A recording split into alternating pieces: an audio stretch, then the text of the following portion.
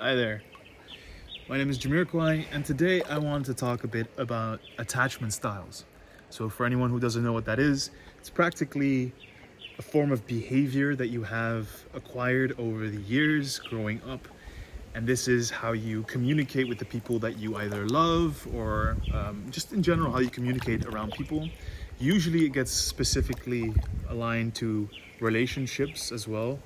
Most people will find these attachment styles when they're searching about this. Usually relates back to relationships between you and your partner, but in general, this is how you communicate with people and how this form of communication, kind of the style, outs itself, right? How it portrays itself. Now, there's 4 different styles. You have a secure type, which 50% of the world, according to this scientific thing, 50% of the people are secure type.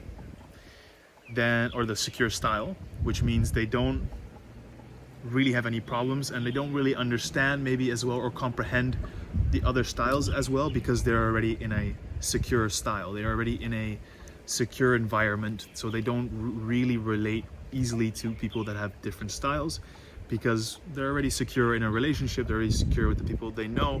They don't have much troubles or don't create many troubles with other people because they already have found a form of security in their life.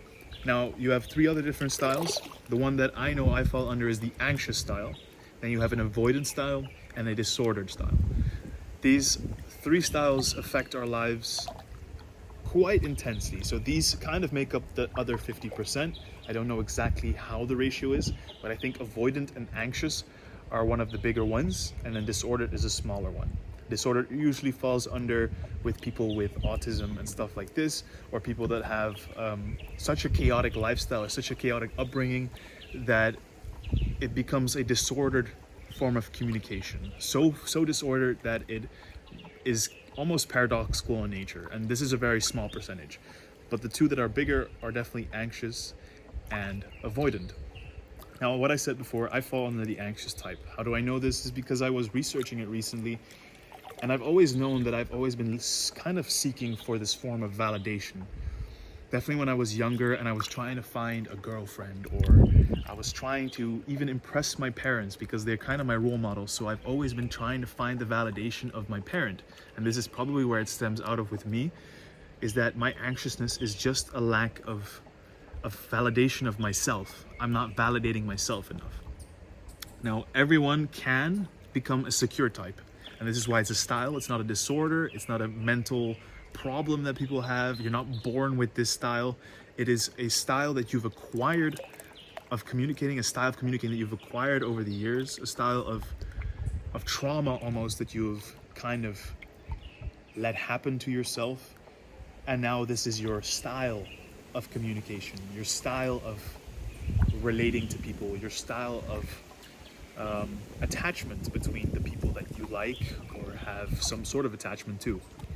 So as again, it's an attachment style, which means again, it's a deeper form of connection with certain people, and that's when it starts portraying itself. So this could be with family members, your brother, your sister, right? Or with your parents, or with a lover, a relationship type, even with people at work, people you tend to see more, stuff like that. These are people you got attached to, and then the style can come out usually in this form. Now, for me, an anxious style definitely came out in the form of trying to find validation in what I do, trying to find you're doing great, Jamiro, you're doing it right, you're doing it perfect, that's so amazing. I try to seek that validation a lot, and if I don't get it, I turn into an anxious style. So I start to almost get a bit sketchy, I need to find some form of love or seek out some type of person's validation. And if I don't, then I start getting a bit, how can I say, over the top. I start getting more angry. I start getting depressed with myself. So all these negative attributes start portraying themselves because of the fact that all these anxious portrayals come out of this lack of self-love in that sense. And that's what the anxious style really is. It's just a lack of self-love. Now, I've recently met a girl that kind of falls in this anxious type as well. And she is a little bit obsessive, right? So she has tendencies to sound quite obsessive or start to fill in things that aren't really happening. This is what anxious types do. I do it as well.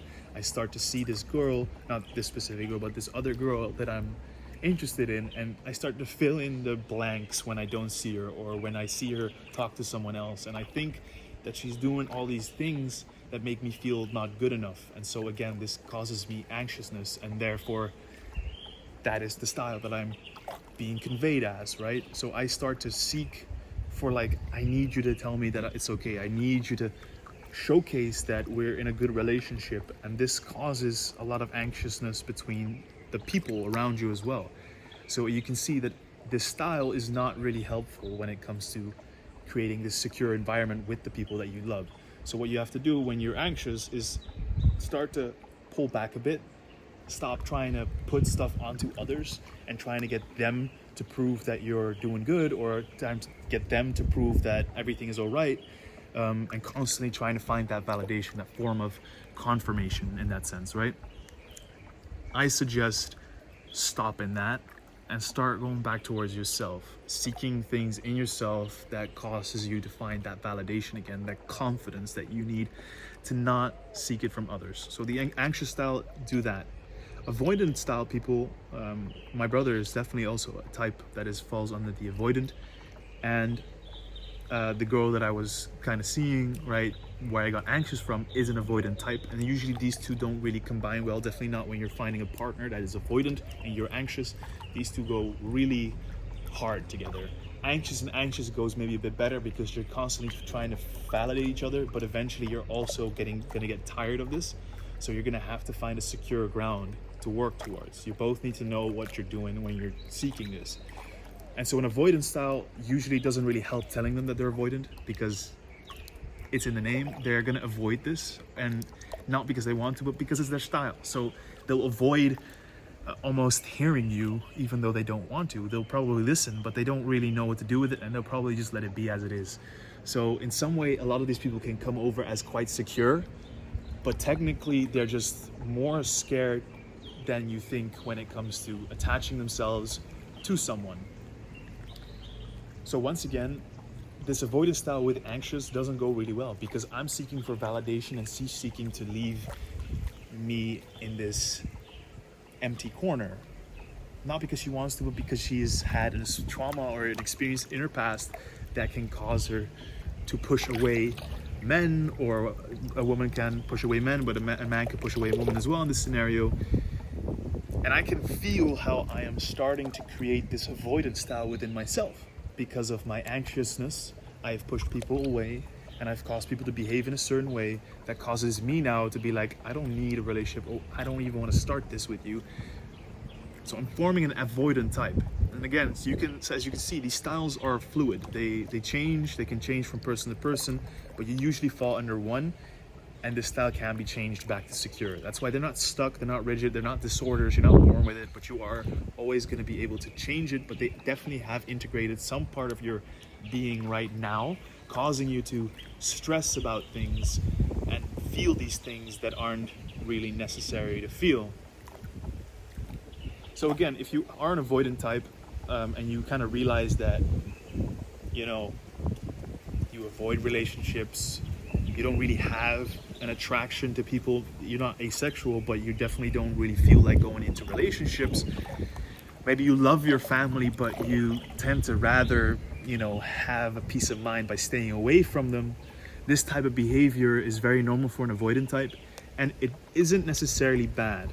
The thing is, if you don't realize it after some point what you're doing, you're always going to be pushing people away, and you're never really going to have that real meaningful connection with someone.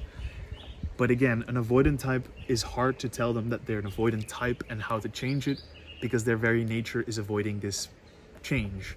So the only thing you can do for them is practically love them for who they are, and eventually that avoidantness will become a secure type. They're the easiest one to switch from avoidant to secure, even though they're the furthest away from it for some reason, right? Because they can't find that security if you're constantly pushing away. And yet they're the ones that naturally gravitate back to secure naturally. while anxious people stay anxious for a long time until they might find someone that can validate it so well and give them that peace of mind so well that they can rest. But this is always an outer fix.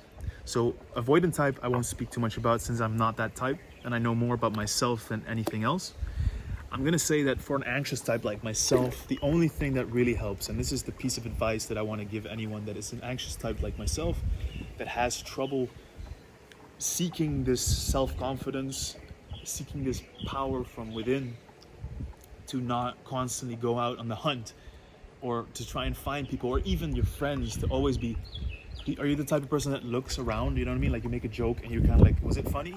You know, even though you know it's not important and you don't need it, yet you still seek that validation around you?